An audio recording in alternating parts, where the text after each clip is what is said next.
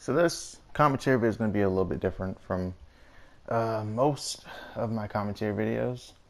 I'm going to be talking about WWE right now and my opinion on where things are at right now. And I'm trying to be as objective as possible, but there's going to be a little bit of subjective to it because, at the end of the day, still a person. So just to give you a bit of a perspective and a disclaimer, I've never wrestled before. I want to. That's my dream job, but I've never been WWE before. And this is just me speaking entirely from my fan perspective. So let's get right into it.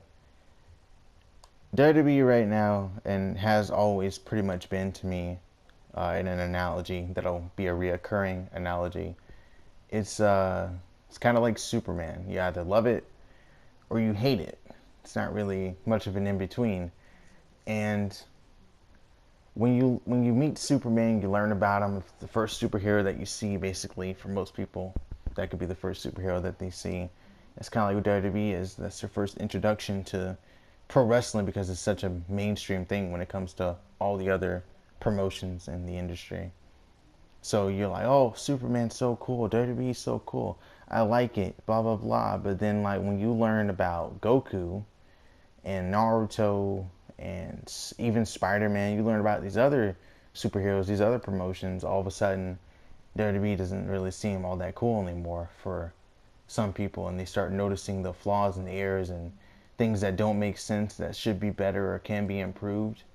And a lot of people out there who have their criticism of the WWE have legitimate criticisms, and then some more so emotional criticisms that may be considered invalid. And a lot of the criticisms that people have seem to get lost in the shuffle. So some of the members of management and people who have been in the business before start to dismiss those perspectives and pretend like they don't really matter because they're not actually in the business itself. So how could they really speak on anything? But some people are actually quite educated on wrestling and whatnot, such as some of the YouTubers that I watch, like Cultaholic, that whole group, and Pulse. Usually what I watch when I want to hear someone talk about wrestling, And there's other YouTube channels as well, but you know what I mean. Basically, what I'm saying is people can have an educated opinion the same way that someone can have an opinion about a movie and not actually be an actor or a producer or anything. So I feel like the argument that someone doesn't really know what they're talking about because they're not in the business doesn't really make sense. But I get why some people in WWE and some people who will support it are in that position, because there's just, like I said, there's just so many opinions that some get lost in the shuffle. It just happens naturally. And we know what parts of WWE can be fixed and what parts are great, such as NXT is fine. Keep doing what NXT is doing. 205 Live is getting better. Keep on going. NXT UK. SmackDown's good, but then even SmackDown sometimes is bad. And then Raw as of recently just hasn't been good in some capacities at all. And maybe some people enjoy it. I have not been enjoying it. I'm still going to watch it. Superman's still going to be there. I'm still going to watch Superman, but I'm also going to look at New Japan and Ring of Honor and all of that too. And the thing about WWE is there's so many people that work there, and that's not really even a problem. Some people can say, oh, there's too many workers. It's not really that there's too many workers. It's the booking. Because I'm writing a book right now, and every character, once you meet them, feels important in some capacity. And they're all completely different, and they're all doing their own thing, and it all matters. You know what I mean?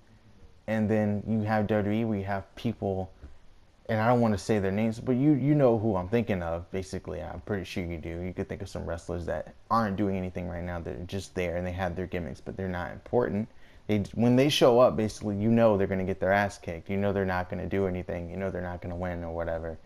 And it kind of sucks. It's hard to be invested and really care when it doesn't seem like they even matter. And then the wrestlers that do get a lot of treatment get overexposed or don't actually do anything that's that entertaining. You know what I mean? Like once once you've seen the rabbit out of the hat trick the first time, it's like cool, but then you see it like 8 more times, and it's like, can you do another trick? And they're like, nah. Every match has to end by either a finisher or a roll up. Like, there's other ways.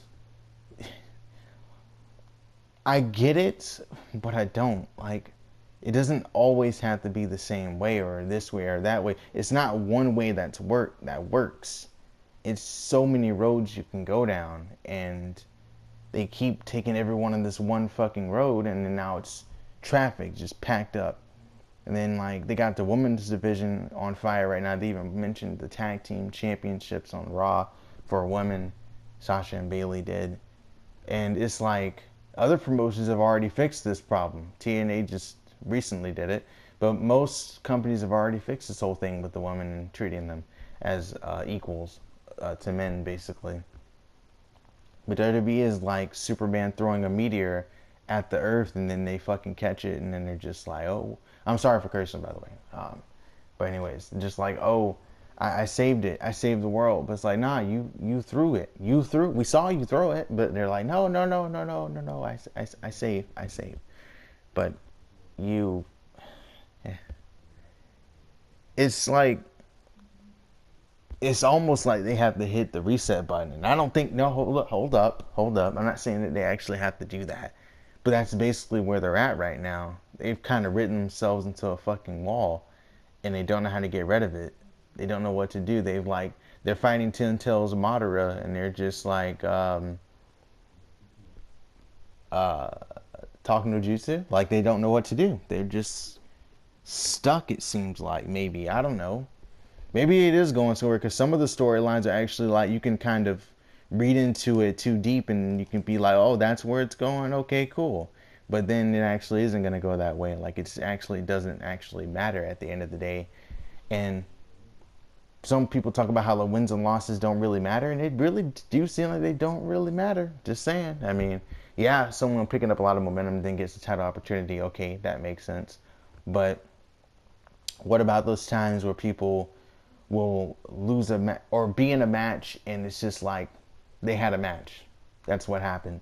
Yeah, this guy won, but it doesn't matter. We're going to continue the feud anyway. It's like then did that win not mean anything? How is he going to respond to that? What is he going to do? And in some cases, in a lot of cases, it actually works out, but there's like a 50-50 where in some cases someone loses and then it doesn't matter that they lost. Like Dolph Ziggler and Seth Rollins facing each other over and over and over and over again. But it's just like, but you lost. But it's just like, nah, we're going to fight again. But you lost. Go away. But no, we fight again. But then like with Shinsuke and AJ, just drug on forever. It's like we should have just got the dream match at WrestleMania, then had the rematch, and then just be done with it. But no, they drug it out. And I like the end result. What we got at the end of the day for those feuds, but they shouldn't have gone on as long as they did. I'm just saying. It's like a joke that goes on for too long. Like the end of the joke is funny, but it's just like if you could have just told me the joke to begin with, if you could have just jumped right to it, I mean that would have been nice too. I'm not saying that there can't be long feuds, but the timing is really off sometimes. You can't build up something as being this dream match and then you drag it on forever. Or you can't, like, why would you build up something that's just gonna last for a long ass time? I'm not sure how to put it together, all right? I'm not sure how to put together what I'm trying to say here, what I'm trying to get at. But there's some changes that do need to be made. Like the whole Dean Ambrose, Seth Rollins thing, it writes itself, yet they're not using the material that they have in front of them to write with. It's like you give someone pencil and paper and they pull out a pen and it's like, bro, I said write in pencil. No, I'm writing in pen and I'm going to give you something else with this. Like, maybe that didn't make sense. Maybe it's better to say like a fucking paintbrush instead of a pencil. I don't know, man. It's like they draw you a picture instead of writing you a story. I think that's a better one. But I don't know. That's just where I'm at with this. And I feel like what they have to do is just just watch your own show. They do watch it, but watch it like a fan, not like a businessman. Watch it like a fan. Don't have to take everything that everyone says as legitimate criticisms or whatever. Just try to understand the perspectives of other people and then make changes or respond accordingly. Just, I don't know. That's what I think could work. But that's just me. Thanks for watching.